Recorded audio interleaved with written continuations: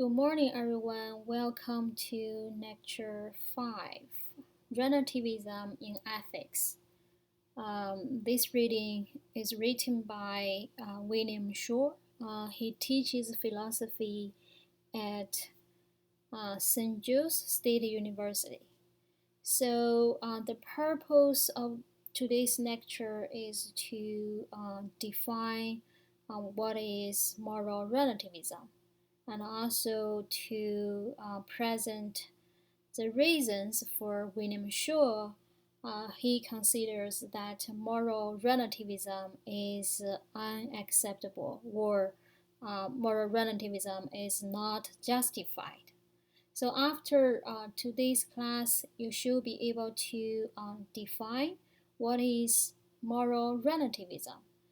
Sometimes we also call moral relativism as ethical relativism.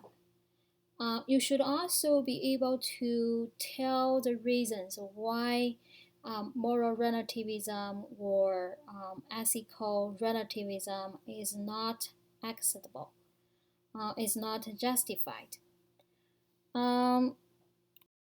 A definition here, relativism claims that knowledge, truth, or morality exist in relation to culture, society, individuals, or even to historical context. In that regard, morals are not absolute or universal. Moral relativism or ethical relativism believe that values are determined by the societies or cultures we grow up in.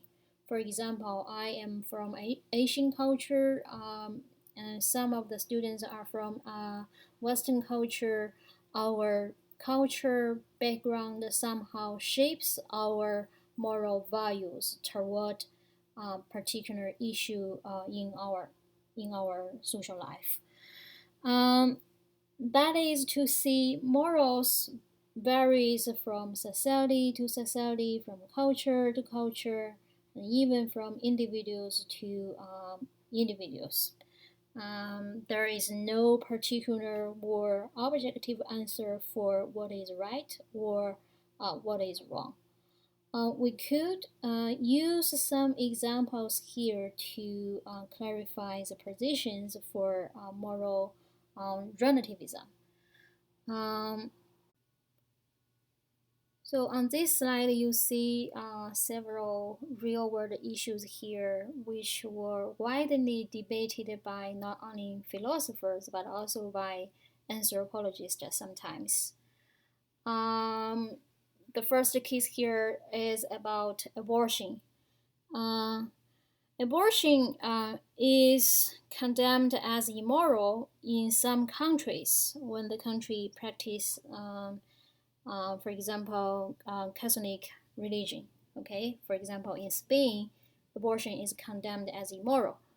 But for other countries such as Japan, China, and India, and probably Brazil. For those countries, because of the rapid population growth, and the government of those countries actually adopt abortion as a legal and also moral approach to control the rapid population growth.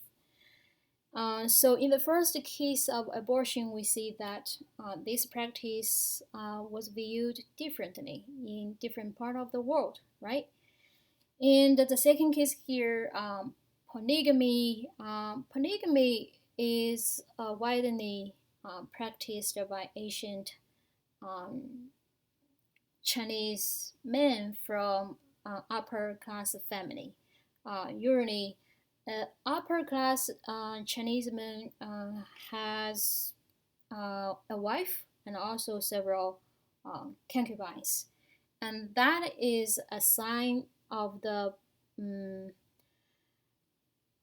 of the prosperous family. And even today, we know that polygamy is practiced by some countries.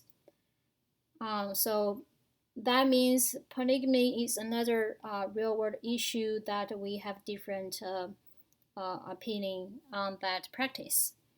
The third practice here is about homosexuality. Homosexuality um, was widely practiced in ancient Greece. Philosophers such as Plato and Xenophon, they actually even uh, write philosophical pieces to discuss the homosexual love between adult men and adolescent boy. Um, so that is, we would see that is a fashion in ancient Greece. But we also know that in the early um, in the we would see that in the first half of 20th century, homosexuality uh, was viewed as odd or as queer, right? So that means in different historical time, we have different opinions toward certain type of uh, practice. And for the slavery, that is the same case here.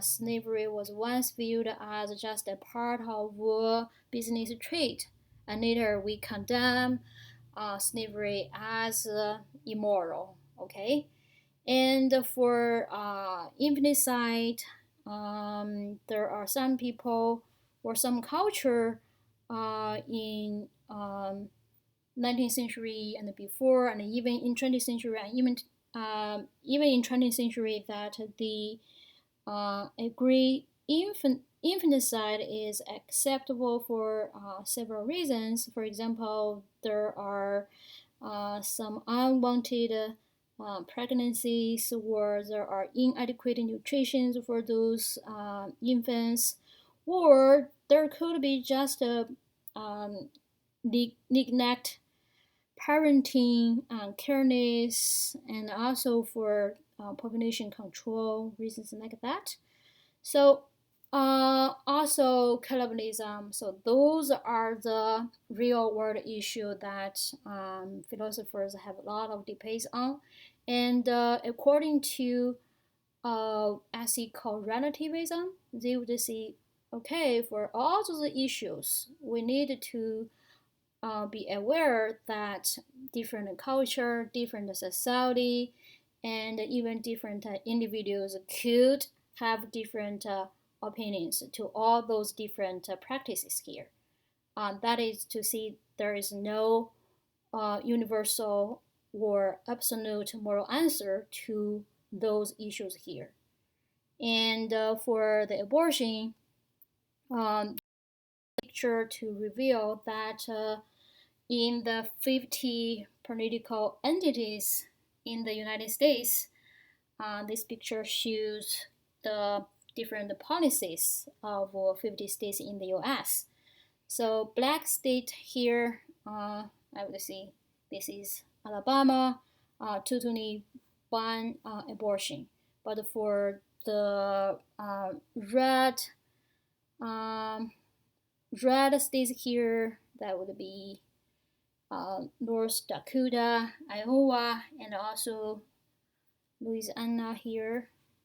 They condemned abortion after 6 weeks, and that would be illegal. Okay, and also for other, for Texas here, we would see 20-week ban. That means a pregnancy after 20 weeks should not be or is not allowed to be terminated.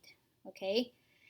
If you want to get more information about the issue of abortion across the global, you can go to the website of Center for Reproductive Rights to know the global situation here. You can um, check on the countries, and also you can get further information from here. So after we clarify the position of moral or ethical relativism. We need to know actually we see two different types of moral relativism. Okay, so the first type of moral relativism is what we call social culture relativism. That is basically saying that morality is relative to societies and cultures. Okay, so our culture background and our history and our religion belief actually shape our morals. Okay, what we think um, the difference between right and wrong is shaped by those culture and social elements. And the second type of moral relativism is what we call ethical subjectivism. Uh, so for ethical subjectivism, that is basically um, considering that morality is relative to individuals.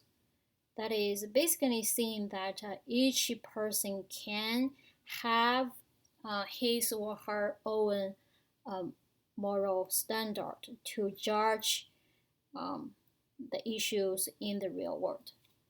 So compare these two types of the moral relativism. The author considered that social or cultural relativism is more plausible. And for the ethical subjectivism, he considered it is totally unacceptable. And he gave several reasons for why social cultural relativism is more plausible. And I will give the explanation in the second part.